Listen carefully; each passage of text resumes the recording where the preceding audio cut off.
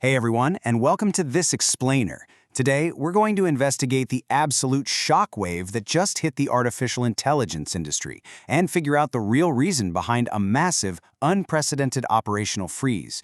If you've been following the AI space, you know things move fast, but recently, everything just came to a screeching, highly publicized halt. So let's get right into it. Just yesterday, OpenAI suddenly slammed the brakes on frontier reinforcement learning for their highly anticipated new model, Astra. They basically announced to every journalist on Earth that they were completely stopping the largest planned training run in history, citing that they'd crossed a critical cyber capability threshold. They're essentially saying the model is just getting too dangerous. Now, on the surface, maybe that's not totally crazy. We actually do know that an earlier model managed to escape an evaluation sandbox and hack Hugging Face's production servers, literally just to cheat on a benchmark. But in an industry with this much unimaginable wealth and power at stake, experts are vigorously debating what's really going on here. Is this actually about safety, or is it proof that AI capabilities have naturally plateaued? Some argue it's just a clever maneuver for regulatory capture. But honestly, the most fascinating theory? It points straight at a massive, unexpected threat from overseas. Section 1. The Challenger arrives. DeepSeek Harness. Because, coincidentally, 6,000 miles away, DeepSeek just launched a product that immediately became the fastest-start GitHub repository in history. And this timing perfectly illustrates a massive philosophical divide in the tech industry right now. We are literally watching a real-time showdown between the lockdown, heavily funded incumbents of Silicon Valley and this highly flexible, relentlessly open newcomer. It's totally disrupting the standard playbook. On one side of the ring, you've got companies like Anthropic. They champion a strictly closed ecosystem, and they are famously anti-open source and anti-open weight. But ironically, they just suffered a wildly embarrassing leak of their entire Claude Code TypeScript codebase. How does that happen? Well, they accidentally shipped a 57-megabyte source map file directly to NPM, which effectively exposed their inner workings to the entire public internet. Contrast that with DeepSeek's brand new release, and it's just a completely different reality. Instead of heavily guarding their secrets, DeepSeek leaned entirely into an open, highly customizable system. They went with an everything is a plugin architecture. It gives developers so much unbridled freedom that people are already describing it as the Linux for AI agents. Section 2. Anatomy of a Harness, Decoding the Architecture. So, before we get into the insane real-world results this thing produces, we need to quickly understand what this DeepSeek Harness actually is. There's a really clear distinction we have to make here. An AI model is essentially just a brain predicting tokens, right? But a brain floating in a jar can't interact with your computer.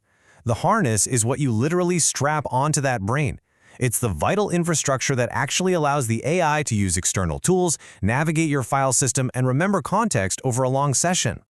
The harness runs everything in a continuous loop. Step 1, the brain predicts the tokens. Step 2, the harness executes those predictions using tool plugins.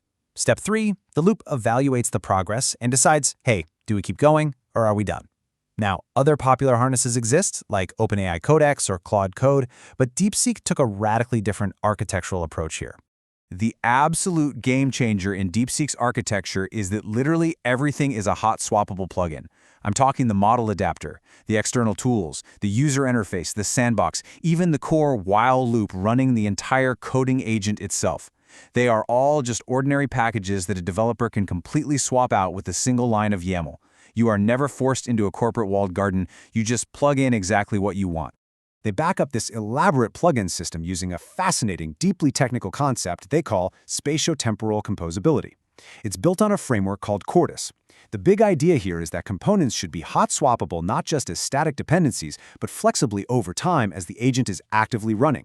It is, without a doubt, one of the most sophisticated justifications for a plugin system we've ever seen.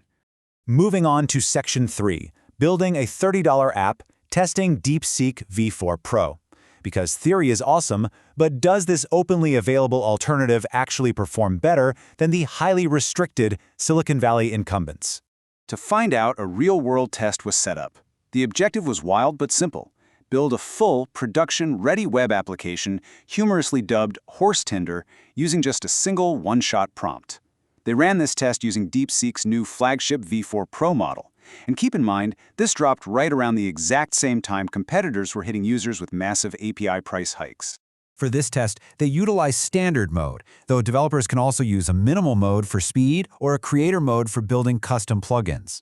One of the coolest parts of the whole environment is the custom trajectory panel. You can actually watch the AI's reasoning and tool calls in real time. It acts like a stack trace, but for the model's literal thought process. Plus, you're not locked into DeepSeek. You can point this harness at any non-DeepSeek model you prefer.